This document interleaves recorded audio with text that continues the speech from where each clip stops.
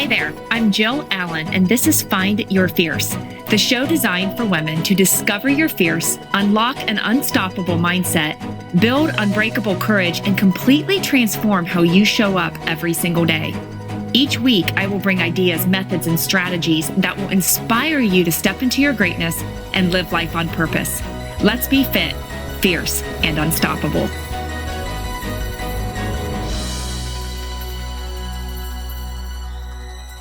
Hey there, gang. Welcome to Find Your Fierce. So glad that you are here with me as we dive into a brand new episode. I am super excited about this one because we have a special guest with us and one powerful testimony. And so I can't wait to introduce you to her. But before we go any further, I have to say that I love that you are here listening in and spending time with us.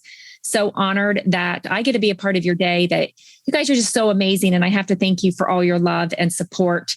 And as always, I appreciate your feedback and your reviews and love that you share this podcast and the Set Free message with your friends and family. So if you could keep on doing that, that would be pretty incredible because you are helping this movement as it helps reach more women and it impacts more lives. And that is certainly what life is all about. So thank you so much.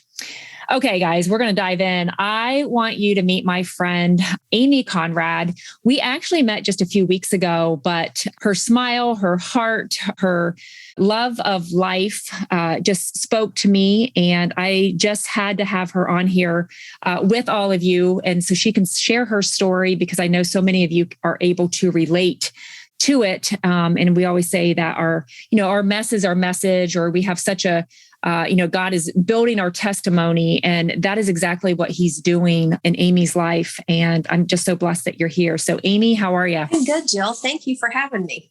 Yeah. I'm glad to be here with you. Well, don't be nervous. We're all good. I say and like and right all the time. And so that's just the way we roll here. So just show up as, 100% you. And I think people are going to just absolutely love you, your heart, your story, and your message here today.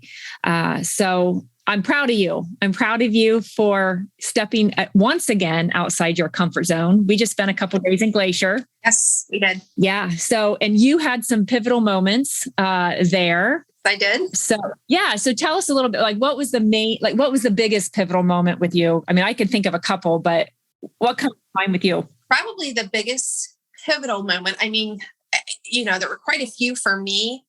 But the one that truly sticks out was our last hike. I forget the name of the trail, but it had a couple switchbacks, and it started out. We could not get to the parking lot, so it added on a couple miles, which was fine. But we totally went through every single season climbing that mountain, and it got to the point where it was pretty grueling for me because that was totally out of my element, totally. But once we got to the top, and even in the downpour, freezing cold downpour rain, I couldn't have been more proud and happy with myself for achieving that big moment for me. Mm-hmm. Yeah.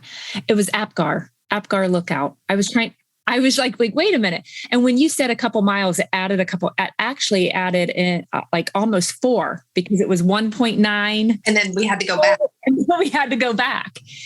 So it was, oh gosh. Yeah, I think we did hit every season. Oh, definitely. Yeah. Cause we had our coats off for a while, and then there wasn't enough clothing for us to bundle up. And I swear there was sleet at the top. And so, yeah, we did, but it was amazing. Amazing. Yeah.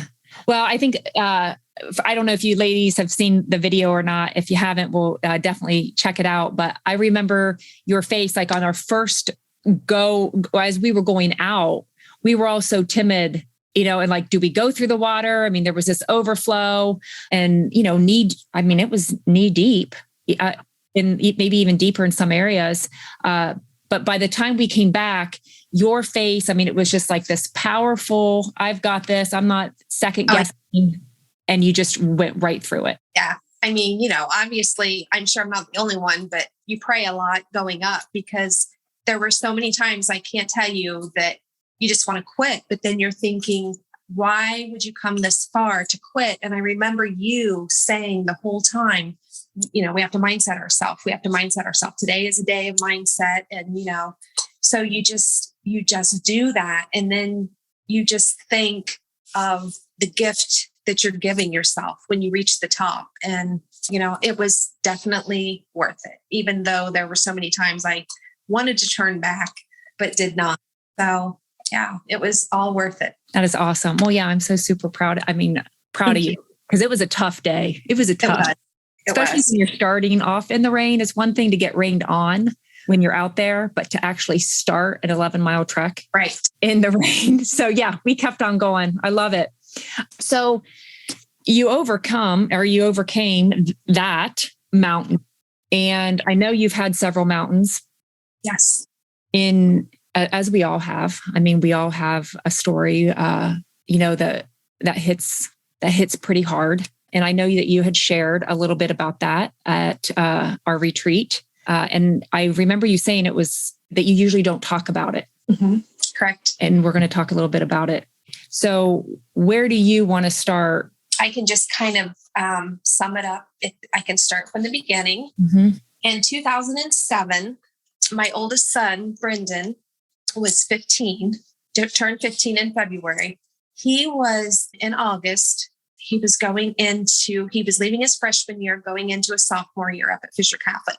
So he was on the football team. So he had just started his sophomore year of football. We were at a scrimmage and he had gotten to a bad play and tore his ACL. So right there in the first or second scrimmage, he was out football.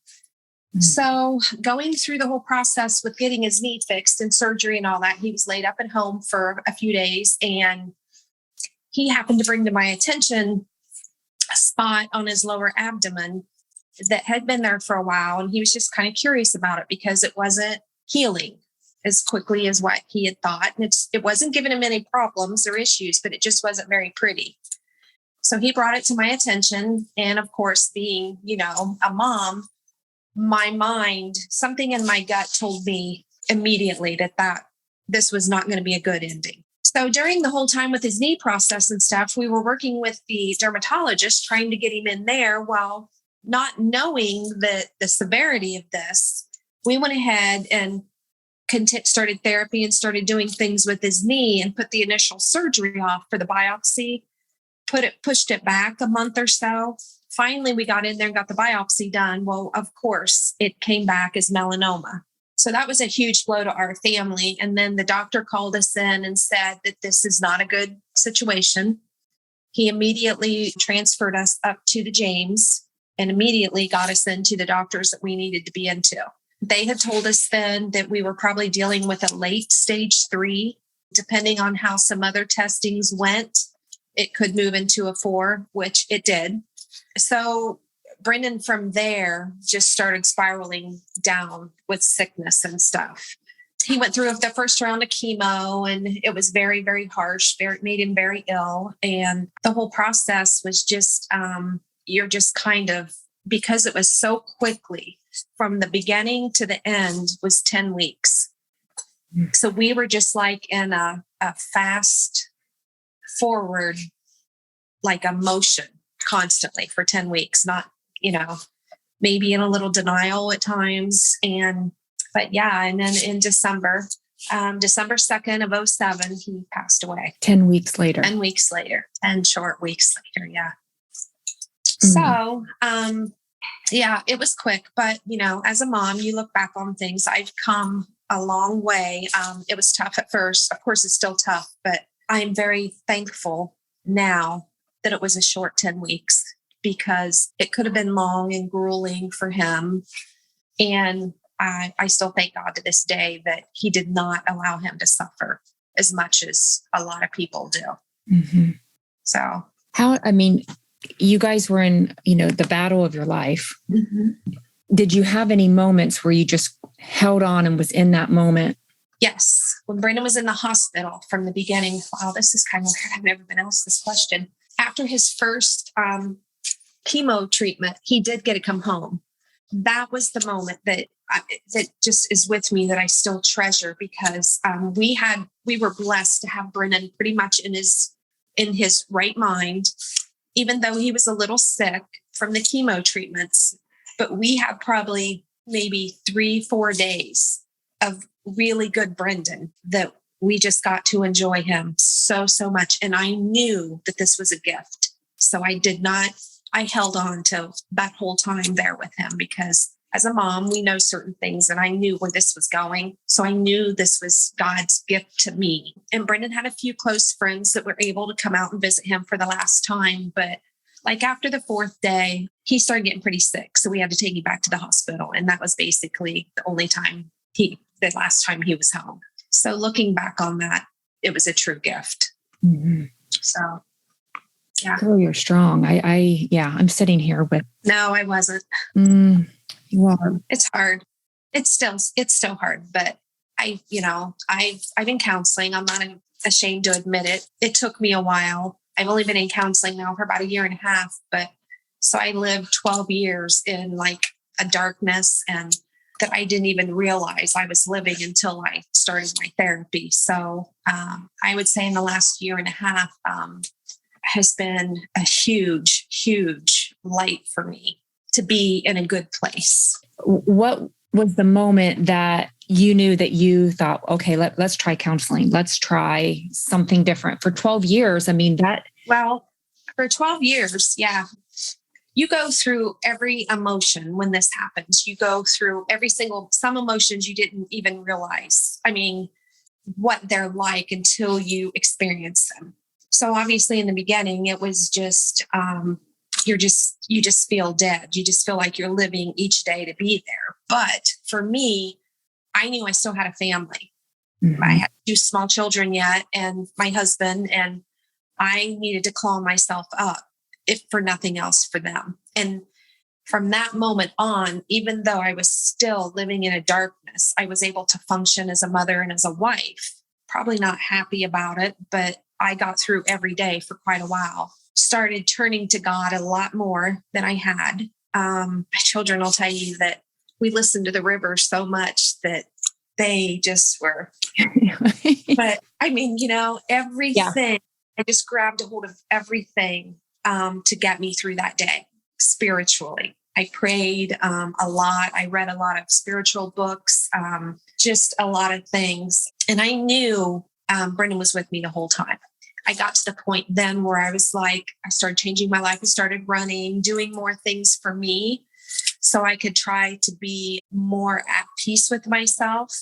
And I tried to do, like I said, I started running, just things that Brendan and I like to do. We were able to do 1 5K together. And we just have a lot of memories of that final year that he was with us, a lot of beautiful memories. So just certain things I said, I've got to get back to. I want to start living my life the way I lived it when Brendan was with us. I want to be happy again. But it took me a while. So like 1.5 years ago, I started experiencing some more different, and COVID played a bad part in everybody's lives too. But I started experiencing some different emotions that I had never experienced before.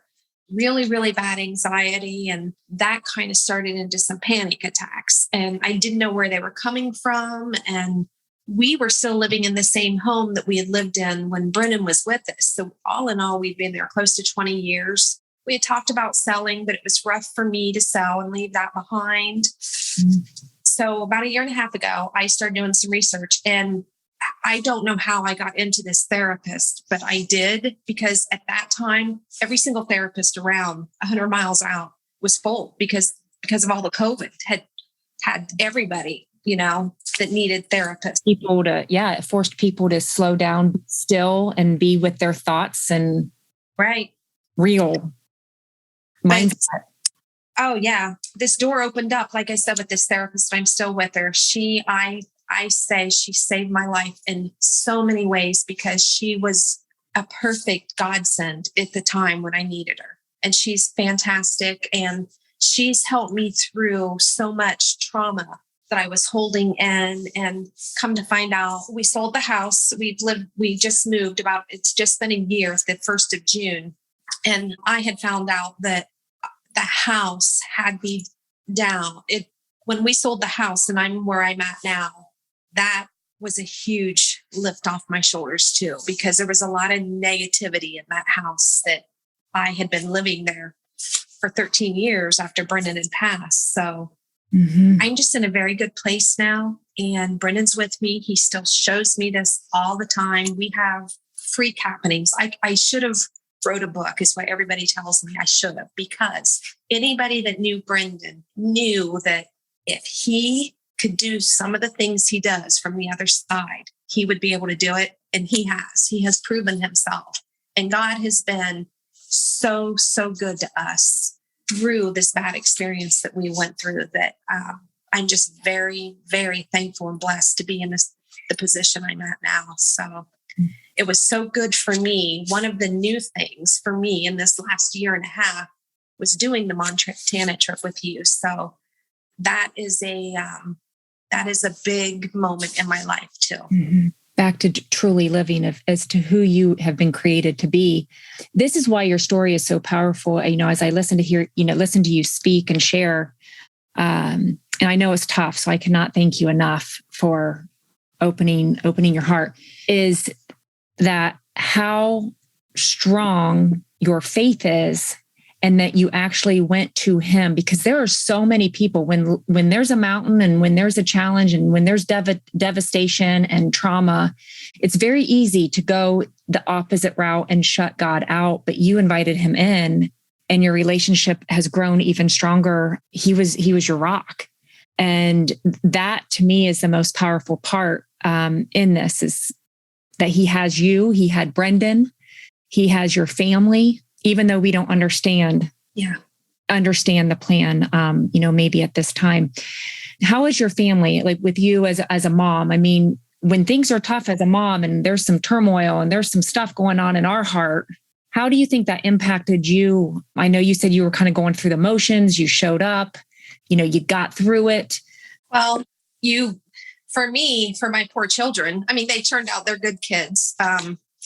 But for me, obviously, when something like that happens, it strips you of your security and you live in fear. And sometimes as the years went on, the fear's there, even though you don't feel it every day, it's still there. And it would rear its ugly head whenever something would happen. Like if my kids were to leave town, or if they would spend a night at a friend's, my mind, I had no control over it, would just go to the worst. Because when you have a devastating incident in your life, such as losing a child, the feeling is deep. If you've never had anything like that happen, it's hard to experience that depth of pain. So when you have something of that level, it could be a parent, anybody, I'm not just saying a child, but when you experience that depth of pain, you know that you never want to go there again, because the level it's unexplainable. So you want to shelter your children, even though you want them to continue to live life and excel, but you have to protect. You get in this mode where I can't let them do this because we've already had the worst happen to us. So we know it can happen, and I can't do that again. I cannot experience that again. So I would come up with any type of excuse to try and get my kids to stay home. It's sad. It really is. The level of control, you weren't able to control that. Absolutely. Therefore, I'm going to try to control every other aspect. Absolutely. And, that plays a part in your children's lives too. Our Kelsey, she has this spirit that she's always had. And I remember her kindergarten teacher telling us, you don't ever want to break that spirit. Well, she still has that spirit. Even though losing her big brother impacted her, she has remained to keep that spirit alive, and she still lives her life pretty much fully. She thinks of Brennan, but at 7 and 8 years old, then she doesn't remember who her big brother was, but she remembers a lot of good memories. Now, Brock, on the other hand, yes, that did play an impact on him. Me sheltering him also has led to where he has had some counseling and is trying to, since he lives out of state now, is trying to find a good counselor for him out of state, just because he was a little closer, and that was his brother, and they shared a lot, and it just has really impacted his life too. So, yeah. Are you guys able to talk about all of this as a family? We have finally got to the point where we are, and it's took us a long time because you kind of turn those feelings off. And as a family, you kind of want to be normal. So you don't want to talk about anything that made us not normal. So we try and live a normal life. Then we got to the point where the kids got older that they started having things in their life happen that could only be Brendan. So it opened up some doors for them. And now we talk freely. We talk about Brendan. If they have happenings, they bring it to me, and we're able to talk about my therapy, how it's impacted our lives for the positive now. And so we're we've always been a close, private family, but we're very close, healthy, positive now. Wow. There would be so much freedom in that. Yes, it's good. It's good because they can leave the house now, and I can breathe because I know God's got them, and that's securing for me. Plus, I know that they've got good head on their shoulders, and not that any medical thing's not going to strike any of us, but I have a lot of faith in that God's going to take care of us. And I think we're just all headed in a good direction now. It's hard to imagine that God actually loves our children more than us. Yeah, but that's okay with me. I know it is. It's like, no, I love them. They're mine, but they're his. I know. And that, oh yeah. So good. But at the same time, just like, well, what about us? Another thing for me that has finally come to light that I think a lot about is, I never thought about this before, but Brendan had he had a good faith also. I mean, he had been brought up and sent to Catholic school and practiced Catholic ways and went through it all. And he had a very close relationship with the priest at the time. So he was very, very close to Christ. So that's comforting for me. Oh, yes. Yeah. So I know he's in good hands. I know he's happy, and I know he's with us all the time. So, I mean, like my son, I always used to tell people, people say, sorry for your loss. I haven't lost Brendan. He's with me all the time. And, like Brock lives in DC. I miss him so much because I don't get to see him, but I know this is probably kind of strange for people to understand, but I miss Brock because he's not with me all the time. Brendan, I miss him. Brendan is with me all the time. So in a kind of maybe a strange sense that it's not the missing, I know he's with me all the time. So there's that comfort. You found that comfort. Yes. Wow.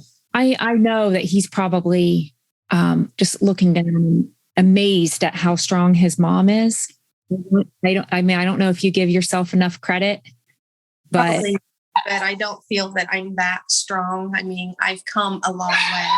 Yeah, no, you are. And the things that you're doing, and putting your health first to get you back the way that God has intended you to live and to be, and the impact that I know that you have on so many, starting with your family, is absolutely a blessing. So I cannot thank you enough for sharing. Is there anything else? Anything that you want to share for anyone that might be going through a really tough time right now that you can just share some love and advice? Well, just, don't lose sight of, what you're here for, no matter who it is. We're dealing with a family member right now who is terminally ill also. It's an aunt, but we take it day by day. We're in the day that we are with her.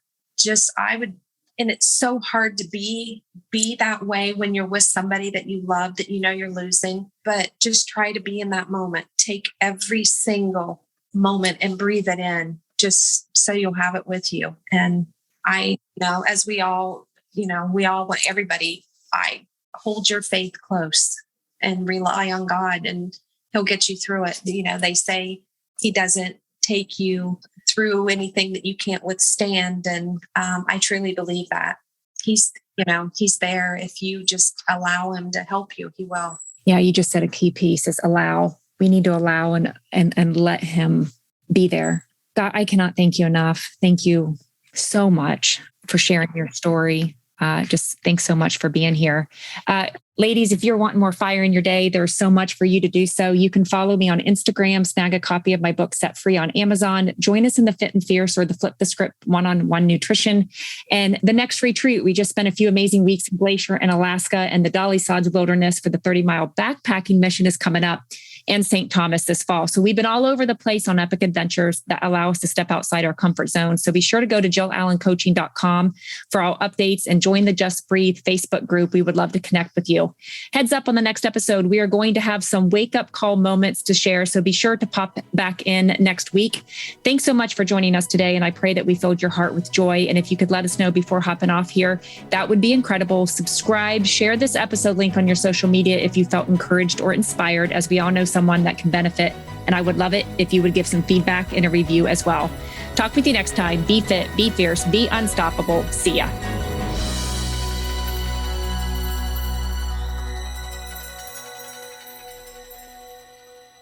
This is thepodcastfactory.com.